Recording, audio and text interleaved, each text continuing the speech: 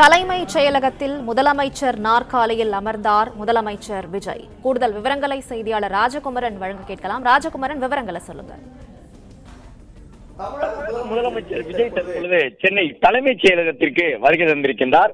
முதலமைச்சரான பிறகு முதல் முறையாக தலைமைச் செயலகம் வந்திருக்கக்கூடிய தாவேகா தலைவர் முதலமைச்சர் விஜய் அவர்களுக்கு தற்பொழுது அங்கே மூத்த அமைச்சர்கள் செங்கோட்டையன் உள்ளிட்டவர்கள் வரவேற்பு வழங்கி இருக்கின்றார்கள். தலைமைச் செயலாளர் முதலமைச்சரை வரவேற்று உள்ளே அழைத்து சென்றார்.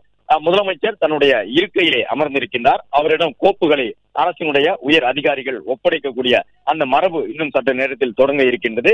ஏற்கனவே தன்னுடைய முதல் கையெழுத்து உட்பட 3 திட்டங்களுக்கான கையெழுத்துக்களை முதலமைச்சர் அவர்கள் வழங்கிவிட்டார். அதன்படி முதலமைச்சர் தமிழகத்திலே 500 யூனிட் வரை மின்சாரம் பயன்படுத்தக்கூடியவர்களுக்கு முதல் 200 யூனிட்டுகள் இலவச மின்சாரம் என்பது உட்பட 3 திட்டங்களுக்கு கையெழுத்திட்டிருக்கிறார். பெண்களுடைய பாதுகாப்புக்கான சிங்கப்பெண் பாதுகாப்பு படை, அது மட்டுமல்லாமல் மாவட்ட வாரியாக போதைப் பொருட்களை ஒழிப்பதற்குரிய நடவடிக்கை என்று 3 முதன்மையான திட்டங்களுக்கு கையெழுத்திட்டு முதலமைச்சராக பொறுப்பேற்றுக் கொண்ட பிறகு தலைமைச் செயலகம் வந்திருக்கின்றார். முதலமைச்சராக பொறுப்பேற்றிருக்கக்கூடிய நிலையில அந்த ஒரு உணர்வுமயமான தருணத்தை நாம் பார்த்துக் கொண்டிருக்கின்றோம். மெதுவாக அந்த அறைக்குள் இருந்த திருவள்ளுவருடைய சிலை உட்பட ஒவ்வொன்றையும் மெதுவாக பார்த்தபடி ஒரு உணர்வுமயப்பட்ட தருணத்தில் தான் தற்போது விஜய் அவர்கள் முதலமைச்சரான நிலையிலே சென்றார்.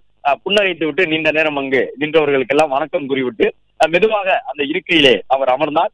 ஒரு நீண்ட நாள் காத்திருப்பு, அவருடைய மிகப்பெரிய லட்சியம் என்பதை எல்லாம் பார்க்க முடிகின்றது.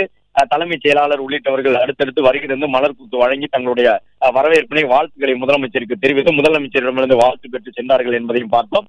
அறைக்கு வரும் வரை தொடர்ந்து மூத்த அமைச்சர்களாக இருக்கக்கூடிய செங்கோட்டையன் உள்ளிட்டவர்களுடைய அந்த அறிவுறுத்தல் அடிப்படையில் சில கருத்துக்களை எல்லாம் கேட்டறிந்தார். இப்பொழுது முதலமைச்சராக கோப்புகளிலே கையெழுத்திட்டு வருகின்றார்.